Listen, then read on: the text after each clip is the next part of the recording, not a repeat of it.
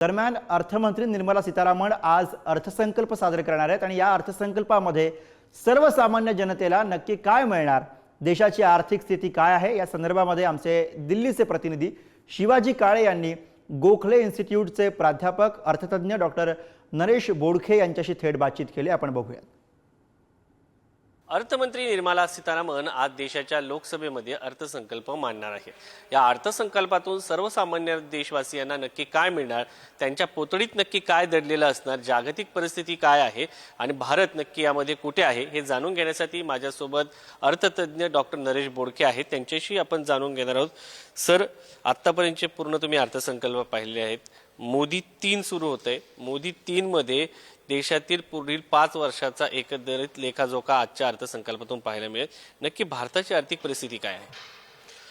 मला वाटतं काल जो आर्थिक पाहणी अहवाल संसदेमध्ये सादर केला, त्या आर्थिक पाहणी अहवालाचा जर आपण अभ्यास केला तर एक लक्षात येतं की जागतिक पातळीवरती थोडंसं मंदीचं सावट असल्यासारखं दिसतंय। कारण जे काही आउटपुट आहे, ग्लोबल आउटपुट आहे, हे घटल्याचं जाणवतंय।